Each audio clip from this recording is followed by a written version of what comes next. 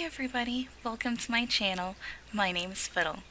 I am an artist, a crafter, and a miniaturist that likes to teach others that they can be creative too. Link to Scavenger Hunt, patterns, and materials is listed in the description box below. And please don't forget to like, share, subscribe, comment.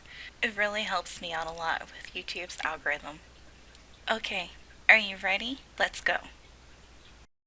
So much to talk about in this video.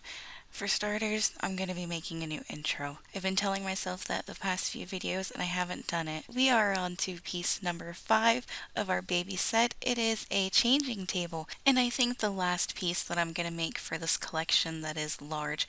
The next few pieces are going to be smaller, and I'm still trying to decide on what ones to actually make. I did end up adding a garland of stars and another little basket with 2 bottles that are not posted on the scavenger hunt list because I just added those yesterday. Speaking of scavenger hunt, went to the grocery store with my husband for our usual trip and ran across this egg carton material in the produce section. It's for separating vegetables and fruits. The ends are quite oval shaped instead of like the roundness at the center, and that was a pretty good shape for a base for what I needed. So I snatched it up and got a look from my husband. I did make one at the beginning that was just a bit too big, but I trimmed it down a little bit more using that one as a guide and got it to just the right size. One of the things that I realized while making the first one was that it would be best to start with the handles. So that's what we're going to do now, is start with the handles. And for this we're going to need tiny oblong beads and our plain strands of regular twine.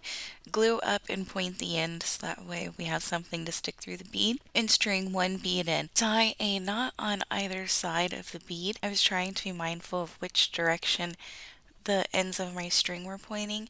I wanted to try to get it so that way they were pointing downwards, and leave about an inch of excess because we want to make sure that we will be able to poke it through the basket and glue it underneath. Next, grab a marker and mark out 2 centered holes on either end. You can do it on the sides, but most of the examples that I've seen of this type of furniture have the handles at both the head and feet ends. I thought it was a little weird, but I went with it. Next, you're going to need your pokey tool so you can poke those holes out, and be mindful of your fingers. Next, poke your handle strings through the holes. Then you can adjust them to whatever length you want them. I only left mine sticking up about a quarter of an inch. I would say to leave your handles up about a half of an inch, and then have about a half of an inch long piece that you can glue on the back. Once we have the ends cut and glued down, we're going to start wrapping the bottom side. I wrapped the top side of the basket, and quite honestly, there wasn't really much of a point to do it, but I did it anyways. Start at the outside edge and start working your way all the way around and down to the center of it in a spiral circle thing. This pattern comes in pretty handy, especially if you have things that you can attach it to shape it, like the crate thing that I used, or later on we'll be using something I keep beads in. Anything to give it the shape that you want, but I did figure out that things with slightly rounded edges, it doesn't really work to wrap the twine like this. Like the little container on my desk that has the square beads, the bottom of that has a roundness to it, and when I tried to wrap the twine around it, it didn't work because it wanted to keep going too far one way or another, and then when I try to stretch it back out to line it all up, it wouldn't work and they would fall apart. So if the edges are straight, it can be used to make a form. Now we need our small oval beads and our square beads, and we're going to arrange them on our skinny dowels, going oval bead, square bead, oval bead. My whole stand is 3 inches tall, so I cut all of my sticks 3 inches long, not thinking that the shelf is a divider. They're not going to go straight from the floor straight up. They're going to have to be cut. I would suggest just using one stick at a time and then cutting and gluing them as you go, and you'll need 8 in all. Set those aside for now, and we're going to work on the framework. We're going to need our chopsticks. The first shelf pieces I cut out were the short sides at 2 inches long, and we'll need 6 of them. Then I measured out the long side at 4 inches each, and we'll need 6 of those as well. Then, using the 45-degree angle on my cutter, I cut all of my sticks. Be sure that you flip it around the right way so both of your cuts are going the right direction. Also, you want to try to make sure that you get right on that line so you're not making your sticks too short and not leaving yourself enough to make the right shape. Next step is sanding. Give all of your edges a once over so that way there's no little burrs sticking out. Now we're ready to build our frames.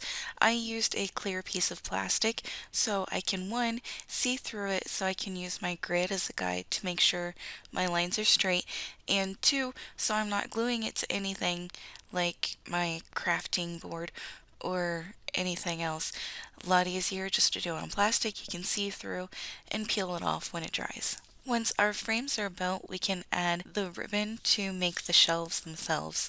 Usually before I use this stuff on a project, I cut the size that I need, lay it on something, and water and glue it. So that way it stiffens it up and holds the fibers together so they're less likely to come apart as I'm working with it or later on in time. Once they are completely dry, cut off all the excess. I wanted my shelves with the chopstick wood frame facing up, but you can do it with it facing down. It's completely up to you.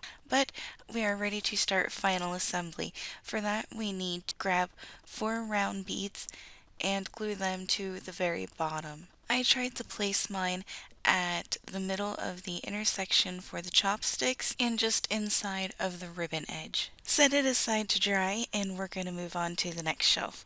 For this one, we are using our skinny beaded lines, and I am using super glue and baking soda. You just might want to be careful on how much baking soda you use because it'll clump up and then you'll have to sand it off. And it's a little tough to sand, so that might knock one of your legs off in the process. Also, it's easier to glue all of our supports to the middle shelf on both sides and then glue the ends on. I know it sounds funny, but it makes it easier to make sure that they're straight. When you're done gluing your shelves together, set it aside because we're going to start working on making the baskets. You'll need some fabric and something cylindrical shaped. I use this little thing that I keep diamond dots in for this basket. 2 of the other baskets I used container almost similar, but I put beads in it. Have your iron ready as well. We're going to start with plain old glue stick and fold over just the very edge to make it look clean and hemmed. Use your iron to fast dry the glue. Then, using some of our trim, wrap around the center of the basket. If you wanted to add handles or anything, this would be a good time to do it in between these 2 layers. Next, trim off the excess on the bottom. Now we have the clearance to make the bottom of the basket. There are 2 different ways that I did this, and I will show you both ways. We're doing the same thing like we did for the basket for the baby itself, and that is just by starting at the outside edge and working your way in a spiral to the center. A little time consuming, but it looks cute in the end. Once it's fully dry, you can remove it from the mold and trim the excess around the top edge. Next, add a single strand of twine to cover the edges at both the top and bottom. My baskets are almost 2 inches round, and because my shelves are 2 inches round and the chopstick does take up some space up there, I couldn't really use a braided trim like I wanted to. It made it too big to fit down inside the shelf. I made 2 baskets in that style and then 2 baskets I'll be showing you in a few minutes. But for now, we're going to go back to the baby basket and we're going to put a piece of fabric down on the inside. Now, like I said, I wrapped the inside of mine with twine when I really didn't have to.